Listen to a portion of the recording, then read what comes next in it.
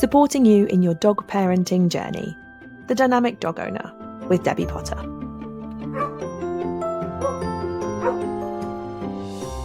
Hello and welcome to this week's episode of The Dynamic Dog Owner, the podcast designed to support you, the dog parent, in your dog parenting journey. So today, Tash is with us. You make a little cameo every now and again. Every now and then. Yes, we try to do storage. cameos a little bit more often. Yeah. Aren't we? We are. We like having a natter more than anything. So, today we're going to be talking about new puppies. Because I think the expectation versus reality hits pretty damn hard with a new puppy. Don't you agree? Yeah, I would. Especially first time. Or if you haven't had a puppy for a long time. Yeah, definitely. I mean, our dogs are quite close in age, really, aren't they? Even then you forget. But you forget, exactly. I mean, my dogs are 2 years apart, each of them. But you forget each time. You go, oh yeah, I forgot puppies did this.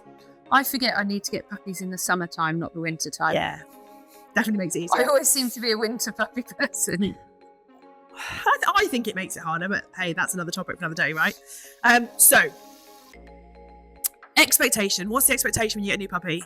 Or when you're planning, never had a puppy before, or you've had a really long gap for puppy, what's the expectation?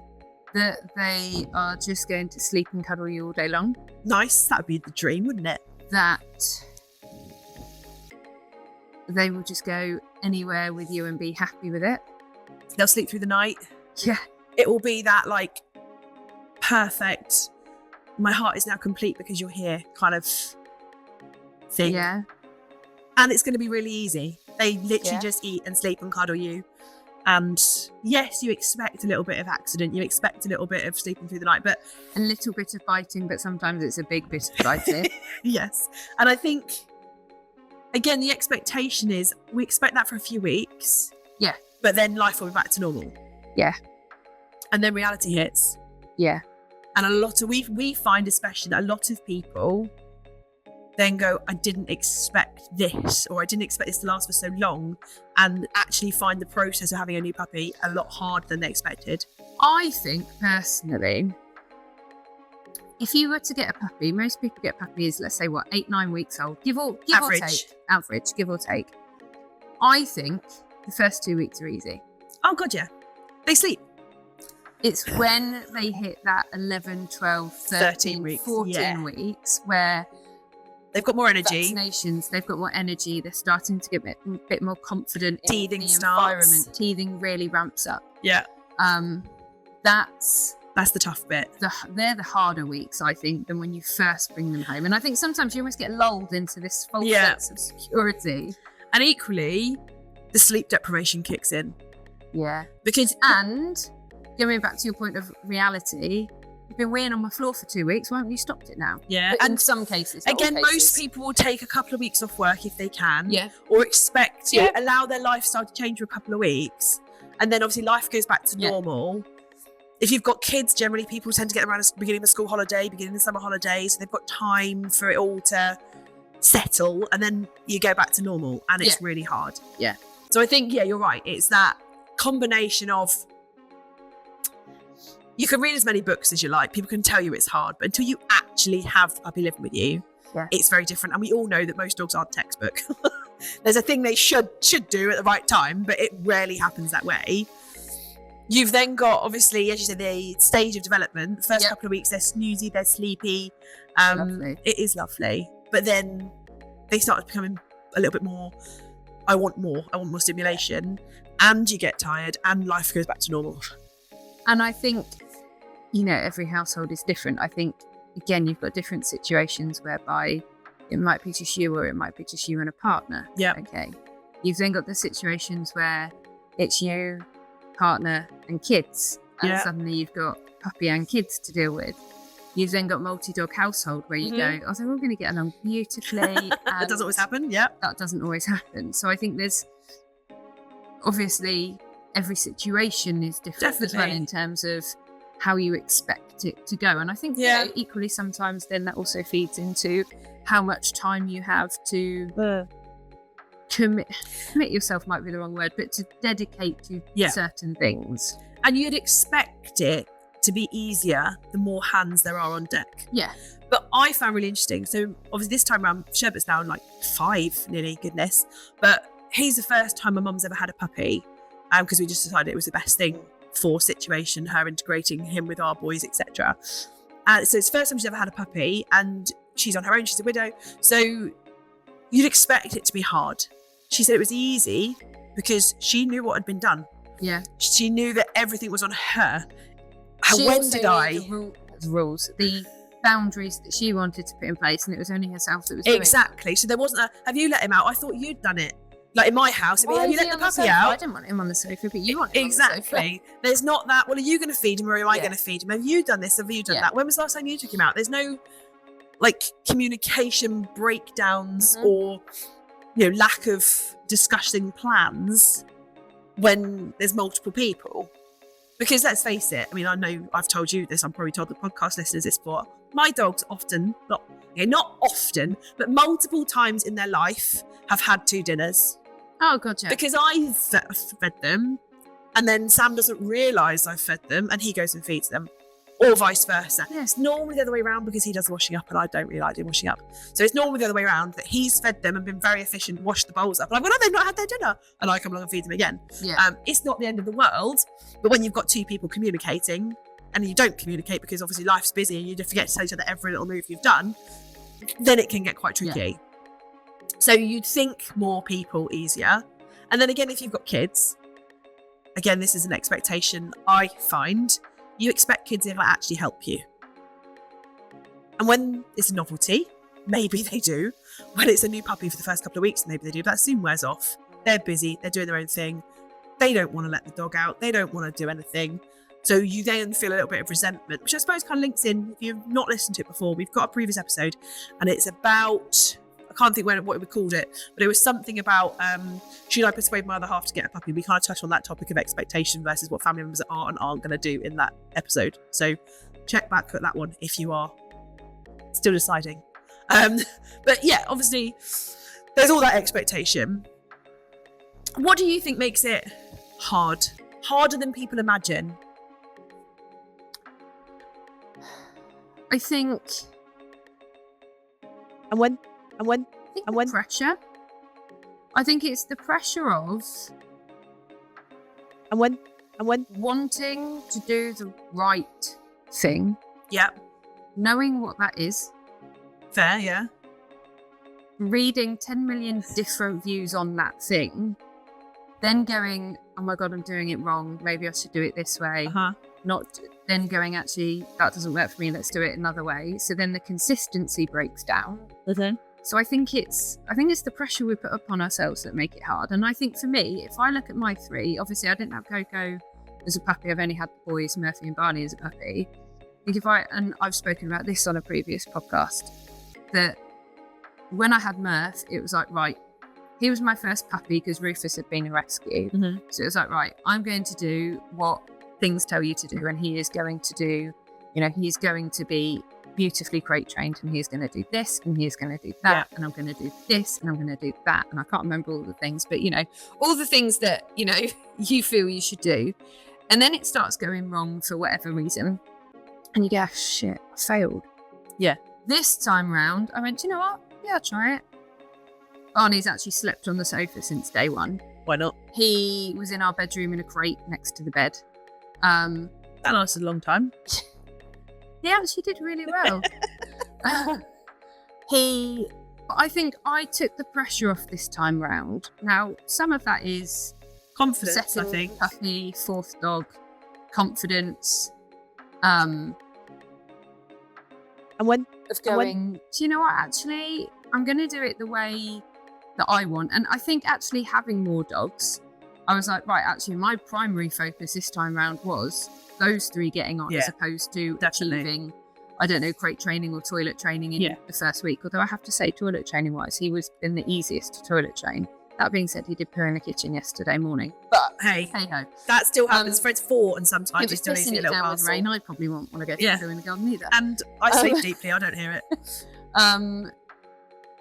Yeah, it was my fault. But anyway, my priority, I think, changed based on my life had changed. My job had changed since having Murphy as a puppy, how many dogs we've got and all that stuff.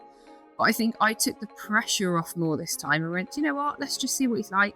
Yeah. And do what I think is best for him. And I think that made it the easiest puppy journey I've had because I almost didn't have much of an expectation. So I think the pressure we put upon ourselves is the thing that makes it hardest. And I think we put unrealistic time frames on things as well. You expect it to be done quite quickly. And I think it's really hard sometimes to remember that puppies are babies. They are young. They are babies. They're not going to learn something straight away. I had a client a couple of weeks ago say to me, I'm really struggling with toilet training. I'm finding this so difficult. And obviously I gave them my resources, said have a look at it. I said, but don't forget, it's normal for you. Obviously some puppies crack it straight away, but it's normal for them to still be struggling at 6 months. 6 months, I would say, is kind of an average time for them to be 6 months old and go, right, now we've cracked toilet training. But you expect it done in 2 or 3 weeks. Because I think that's just an expectation we put on. We don't expect the puppy journey to last as long as it does. Yeah. And I think nowadays, back in the day, we are that old. Nowadays, I think we've spoken about this before as well. Probably. Is social media obviously has such a greater presence in everybody's life. Oh, you can't avoid it. Let's be honest, we all put on the things we want people to see. Yeah. I don't put on actually I did put on the fact that Barney stole food off the side, but I don't put on I don't put on the crap days where I feel really rubbish. You put on the highlights of your life, yeah. I don't put on the photos I've got of, blurry images, me falling over in the mud or, whatever it might be. You just put the nice on the things that you're proud of and that you go, I really feel good about that. And therefore, that's the image that people see of other people's journey. And in reality, the whole Insta versus reality. And in reality, that's not realistic of most people's journeys, but it's the part they want you to see because nobody wants to highlight the stuff that goes wrong. But often it's the stuff that's most valuable. Absolutely. It is, definitely. And it's why we, puppies, dogs, whatever, it's why we talk about the imperfections our dogs have, all the things that aren't beautiful and rosy and perfect, because that is reality. It is. No, absolutely. It is. And I think the lack of sleep is that plays a big part. Big issue. I don't do well with lack of sleep. Really? No. Oh, I haven't. I've never noticed. No, weird, isn't it? I'm the same. It's a tough one, and I think again, people go, well, it's just a dog. If you haven't had one before, especially if you're a first puppy owner, you go, it's just a dog. How hard can it be? But it is hard. It is difficult, especially if you're not getting enough sleep. And I think you don't realise until you get a first baby puppy that you are going to be that emotionally invested in it quite so quickly. Yeah. Like that bond, that connection, that love happens for me personally instantly. Equally, you've got to go the other way around. Like I remember for the first couple of weeks, my mum hated Sherbet. Not hated him. That's wrong. That's very extreme. Mum, I know you're listening. Sherbet. She didn't hate him. She was just like, I don't feel any emotion towards him yet. Because it was a bit rushed, I suppose. We'd not long lost Charlie. He happened to come up at the right time, the puppy. And she wasn't necessarily, I don't know, she just was like, he's all right, I'll look after him and everything, but I don't think I love him yet. Whereas I'm like, oh my God, puppy, come here. And from the day I meet them, I'm completely in love. It took her a few weeks to kind of go, yeah, all right, he's lovely. Now they're inseparable. But those first couple of weeks, she was like, oh, I'm looking after him. But that love wasn't instantly there because she'd never done the whole puppy thing before. So I get it. You can get two sides of it. And some people find it easy, other people don't. I found Murph, really hard. I spent the first 2 weeks in tears, pretty much constantly, because I hadn't had a puppy before. Yeah. And everything told me that I'm going to bring this dog home that would sleep loads, that would love being in a crate, that would get on beautifully with the other dog. And bless him, he really wanted to get on beautifully with Rufus, but Rufus was like, just piss off, you're an annoying puppy. And I hadn't prepared for that enough. And I was in a different job where I was in an office 5 days a week, so I wasn't around which is hard. as much. Yeah, which is really hard. I was still going, it was pre-COVID, so it was when you were still going in an office. And I found it really hard, and probably a bit like your mum, I don't think I really bonded with him as much as I expected to. And there were times I resented him, being brutally honest. This time round, I mean, I'm really protective of Barney, but this time round, I loved that little potato from the moment he came home. And out of me and John, he loves John completely, but we have a bond that is different to the other dogs. And I had more time that I could spend with him this time, because obviously I'm lucky that, 2 days of the week he gets to come with work, and, work-life balance was different. I took more time off. I put less pressure on myself. All of those things that do play a part. Actually, John was away for the first week we had him, and I think it actually helped because my puppy, not yours. Well, partly, but to your point of, I did things the way I wanted to do it, and actually, it was when other people started helping, which I am immensely grateful for, that it became harder. Interfered. I was like, I've got it my way. Do it that way. But then equally, conversely, on the opposite side, I've known clients who it's only them in the household, and actually, it's been harder because they haven't got that person to go, do you know what? Puppy's doing my head in. Just give me 10 tired. minutes. I'm going to go have a bath. I'm going to go for a walk. I'm going to whatever. I need half an hour. And they don't have that break for themselves. No, and that's very where, conversely, having more people can, of course, be beneficial. And that's where, like, for example, obviously, if you are, whoever's listening, there's different options. Like when mum being on her own, having a puppy, in those first few weeks, I was like, I'm coming over on this day, this day, this day, and this day. She's like, oh, thank God I can go to the shop. But I'm just going to the shop to buy a pint of milk. Or if she had plans where she was going to be out for a couple of hours, I factored in so many days a week that I would go over and have him for a block of time so that she could just do what she wanted to do. Obviously, I could use him and film him for And I training, think actually, to your point, that's one of the other things that I think is one of the hardest, is you expect to bring this puppy home and go, right, I'll just leave it to go out for 2 hours, 3 hours, 4 hours, whatever it might be. And do you know what? Sometimes you can. Sometimes you can, and that puppy won't care less. Yeah. Sometimes that puppy will care, and it wasn't until about 6 months I could leave Barney. Even now, we struggle, but it's not separation anxiety, which is a term that can get bandied around a bit too often. Can, yeah. He struggles because of FOMO. He's like, hang on a minute, you're going out. And when we go out, usually we're going somewhere fun, doing something fun. Why the hell are you leaving me here? I'm bored. Yeah. I'm unfulfilled. So I notice a big difference in he's better being left later in the day than earlier in the day. He's generally done something. And even now he struggles because he's that teenager where he's like, come on, let's do something. But I think that actually with him, that's probably the thing I found hardest. Yeah. And he used to come and sit on the bathroom floor while I had a shower because he hated being downstairs. And I've cried over leaving him a few times because you go, I've done all the things that I should have done. I've done it all differently to the time I had a dog that did have separation anxiety. I did it the opposite so that he didn't need to feel like that. And they still do because they're all individual.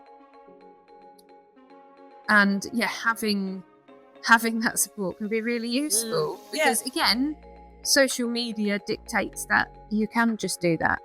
Yeah. And it'll all be lovely. And I think, absolutely all I agree with all of that.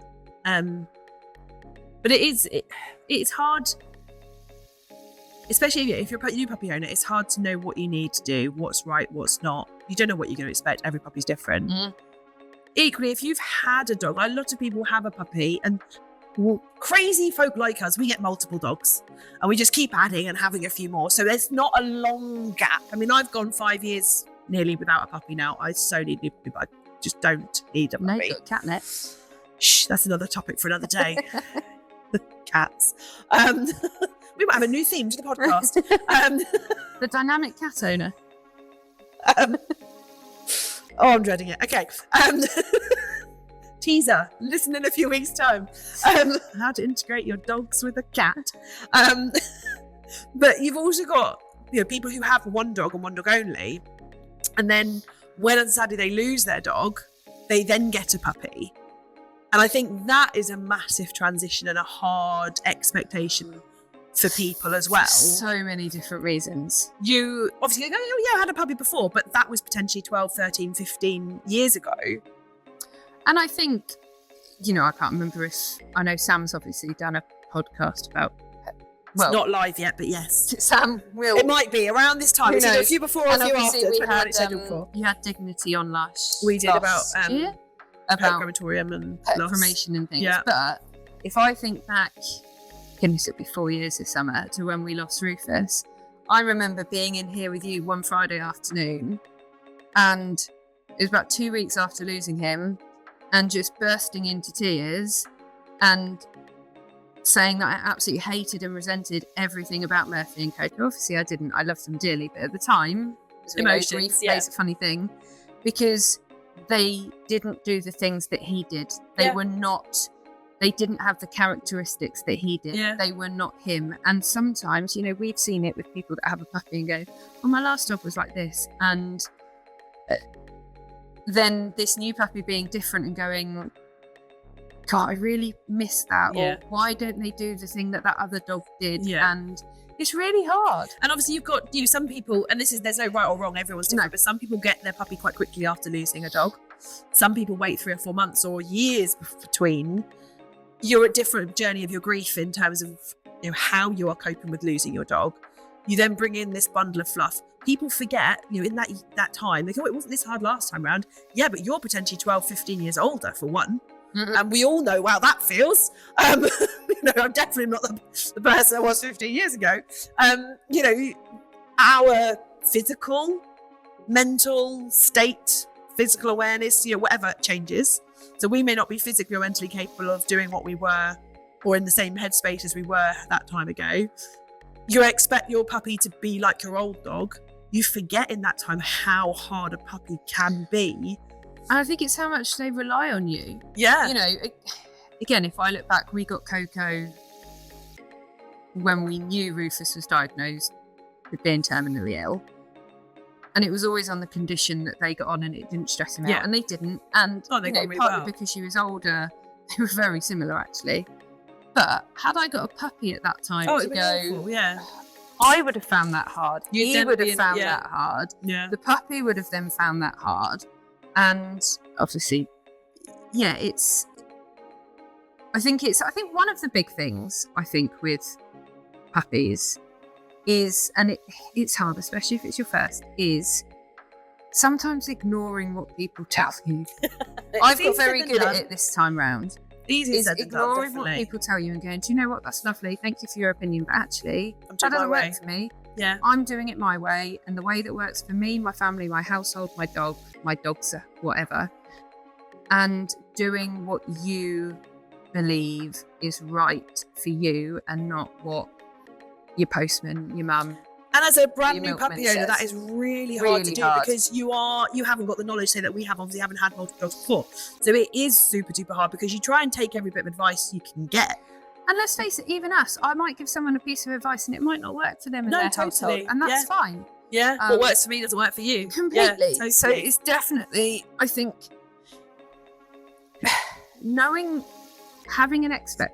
setting an idea of what you want and going, sod everybody else.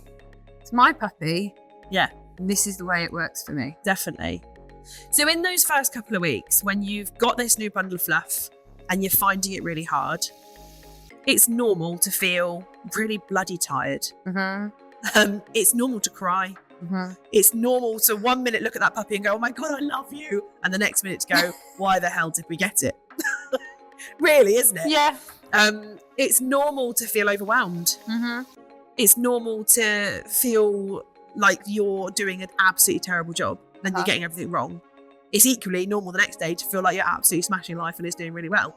It's a really up and down journey because they have days where they're obviously up and down, but we have days where we've had more sleep, less sleep. Worming Wednesday will go down in history here because that was wow. Oh my God, I'm glad I was here and I had people around me. I think we all felt it that day. I thought I'm never having a puppy again. Worming Wednesday Barney was cray. He was bonkers puppy. Oh my God. I don't think, considering when we talk about, the puppies need like 20 hours sleep a day. He was awake for 20 hours. He was wild. And it's amazing. Again, if you don't know the effect of that, you go, oh my God, there's something wrong with it. It was like he was on drugs, is the only way I can describe it. As high as anything. His eyes were like bulgy. He was crazy. And again, that, if you're a new to puppy owner and you don't know that is not normal, you'd be like, whoa, look at the thing we've got. Yeah. And so basically what we're trying to get across is every puppy's different.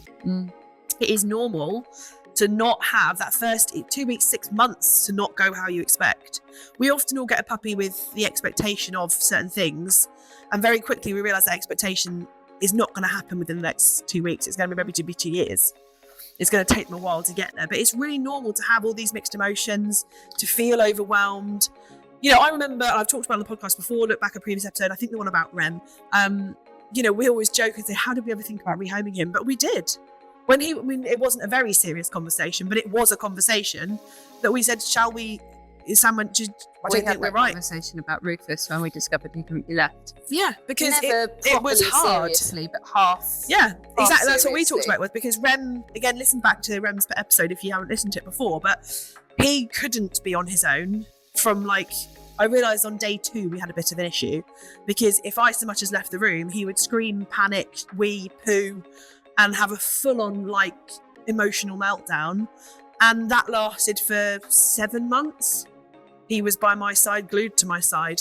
And he was my third dog, second puppy. That was hard. And the kids were like, why can't we go out? I was like, because we can't leave the puppy. Why can't we go here? Because we can't take the puppy with us. And everything had to revolve around him. I mean, it was hard. It taught the kids a lot about giving up what you love for the dog. It was testing. And Sam did say, maybe we can't give him what he needs. And obviously I was like, are you absolutely joking? It's like, of course we can. But that's obviously, the conversation we had, and it didn't ever go anywhere more. But it was a consideration very mildly for a few seconds where I was like, maybe he's right. Now, I would never, he's the best. He's Jekyll and Hyde. He's the best dog in the world. He's equally a pain in the arse on many accounts, but the loveliness outweighs it. But it's normal to feel that way. It's normal to have those doubts.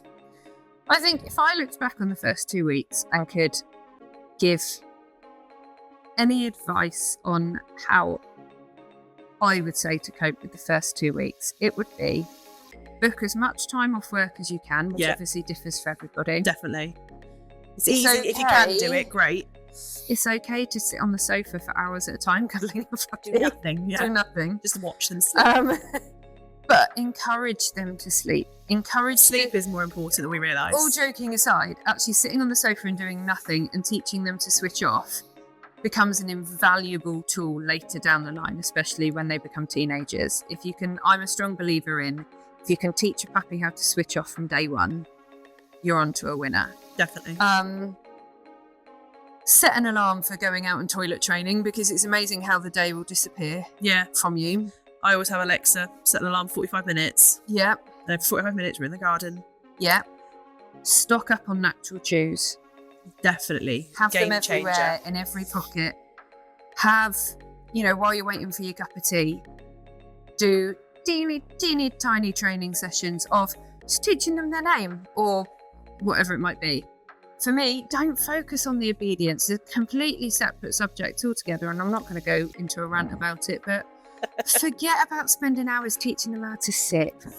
Instead, sit. My dog can do sit. My dog can do paw. Yeah, that's what we hear. Instead, We don't mean it in an insulting way, not but it's the thing we hear the most. My dog's pretty well trained. It can sit and it can give paw. Great.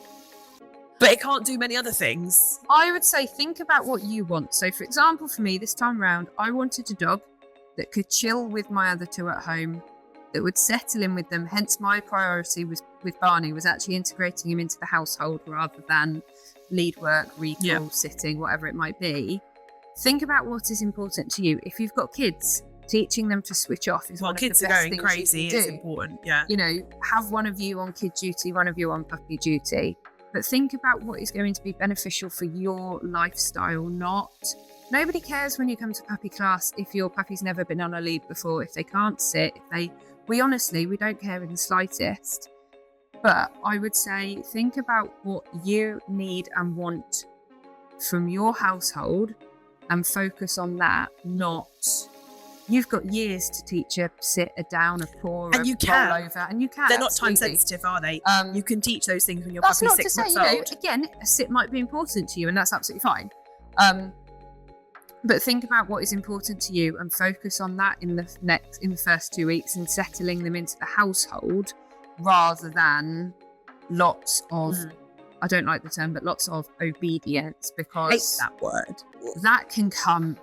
It can come whenever, can't it? Yeah. And yeah. And I think also it's reaching out for help and support. I mean, a lot of people will say, oh, we tried to do it by ourselves, or we read this on the internet, we read that on the internet. Having access to a trainer or to someone knowledgeable, I think, is invaluable. And not waiting with that. And obviously, we talked about it on the podcast before, everyone offers something different, but we have support outside of training. So our puppy people, the second they book with us, can be on the phone. You can message us. We give you advice every single day of the week. We've got pre-learning that you can access. Any bit of information that from a reputable source, soak it up. Absolutely soak it up. And there's no harm in reaching out. A lot of people will say to us, oh, well, I've really struggled 3 weeks ago about this. Well, why don't you talk to us about it? Oh, I didn't want to bother you. That's what we're here for. We want to be bothered. We want to help you. Yeah. So a lot of people try, and I think it's a human nature. It's a very British thing, isn't it? Let's just carry on. Muddle through and carry on, and we'll do it. Ask for help, because often we can make it so much easier for you and help that journey become a little bit easier just by asking for help. Do you know what the biggest piece of advice I would give to people is? Relax. Enjoy it, because it goes far too quickly. And I didn't, like I said, I didn't enjoy never take it enough. It goes too quick. If I could turn back time, I would, and I would enjoy every single minute of him being a puppy. I can't do that, but enjoy it. Make the most of sitting on the sofa and cuddling your puppy, and take more photos. Take more videos. I look back and I go, I'm sure I took loads of photos and videos. I'm like, where are they all? Yeah. I need another puppy because I need more puppy videos. But just enjoy it. Enjoy, because you won't ever get it back, and they'll soon be grown up. Unfortunately, they're puppies for 6 months, a year. They're only fully, they're fully grown by normally 6 to 8 months. Yeah. You haven't got long. Enjoy it. And it's hard. It's easy to say. It will feel really overwhelming the first few weeks. It'll feel so overwhelming. You don't know what to do. But stick with it. Ask for help. And it'll get better. Promise, it'll get better. And if you're ever stuck, just reach out. Whether you're at puppy classes with someone, whether you're doing online training, reach out to someone and ask for some help and support, because they will want you to get past the puppy stage and get the real benefit of that nice, settled adult dog. Yep. We reap the benefit of after the puppy days. But obviously getting through those puppy days can be really tough. And it's about the people you surround yourself with that help. Definitely. There we go. That's a nice note to end on, isn't it? Cool. We'll see you guys soon. And of course, any questions about puppies, shout. If you know someone getting a puppy or in that first couple of weeks of puppy journey, share this episode with them. Hopefully it helps them. Even if it's just to know that you're not alone. But tune in next week and we'll be talking about something else. Have a great week. If you love listening to the podcast, why not check out the Pawcademy for practical dog training advice and how-to videos. The hub is broken down into sections, and hundreds of pre-recorded videos are there for you to start watching whenever you choose. You can watch them back as many times as you like. You also get to talk to other community members and discuss your training, and benefit from live Q&As with myself where you can get your questions answered. Why not make use of our 3-day free trial where you can access all of the content on the hub absolutely free for 3 days. The link is in the description below, so do check that out. And I can't wait to see you in the hub. Thank you for listening to The Dynamic Dog Owner with me, Debbie Potter. See you next time.